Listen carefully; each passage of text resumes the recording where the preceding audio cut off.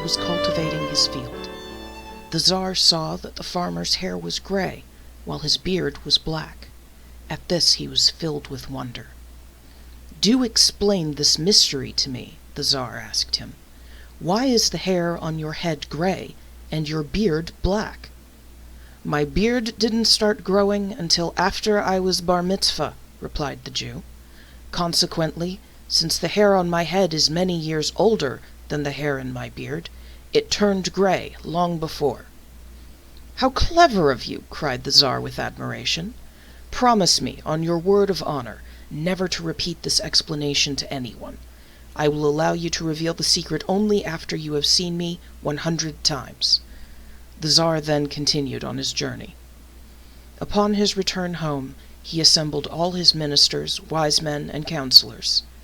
"I will put to you a very puzzling question," he told them.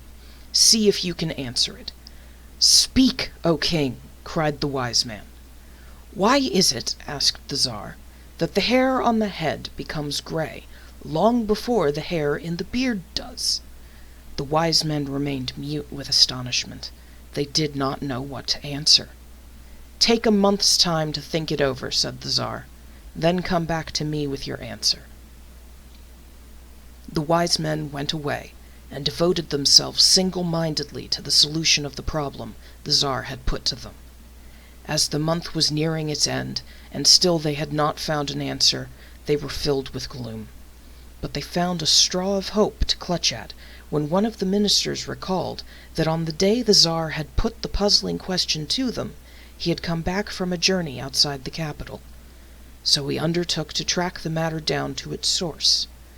The minister followed the route the Tsar had taken, and he chanced upon the same poor Jewish farmer with whom the Tsar had spoken. He recognized him by the fact that the hair on his head was gray, and the hair in his beard was black. "What is the explanation for this strange fact?" he asked the Jew. The Jewish farmer answered, "Alas, I'm not allowed to give you the answer." "I'll pay you well if you'll reveal your secret to me," coaxed the king's counselor. The poor Jew hesitated. Then he said, "I'm a poor man. I'm desperately in need of some money. If you will pay me 100 silver rubles, I'll reveal to you my secret."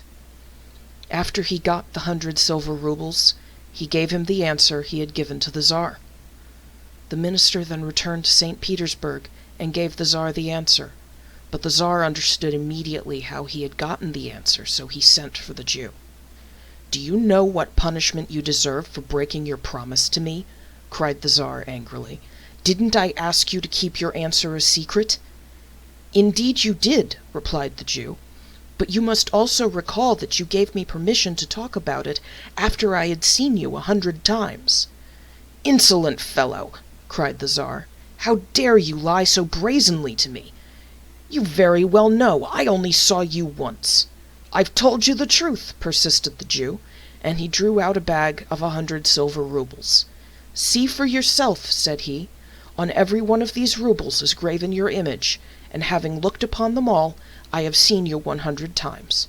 Was I wrong in giving your minister the answer?" "What a clever man!" exclaimed the Tsar with rapture. "What you deserve is a reward, not punishment. Remain with me here in my palace so that I may always have the benefit of your counsel." And so the poor Jewish farmer lived with the Tsar in his palace in St. Petersburg, and was the first among his counselors. The Tsar never made a decision without consulting him first, and wherever he went, the Jew went along with him.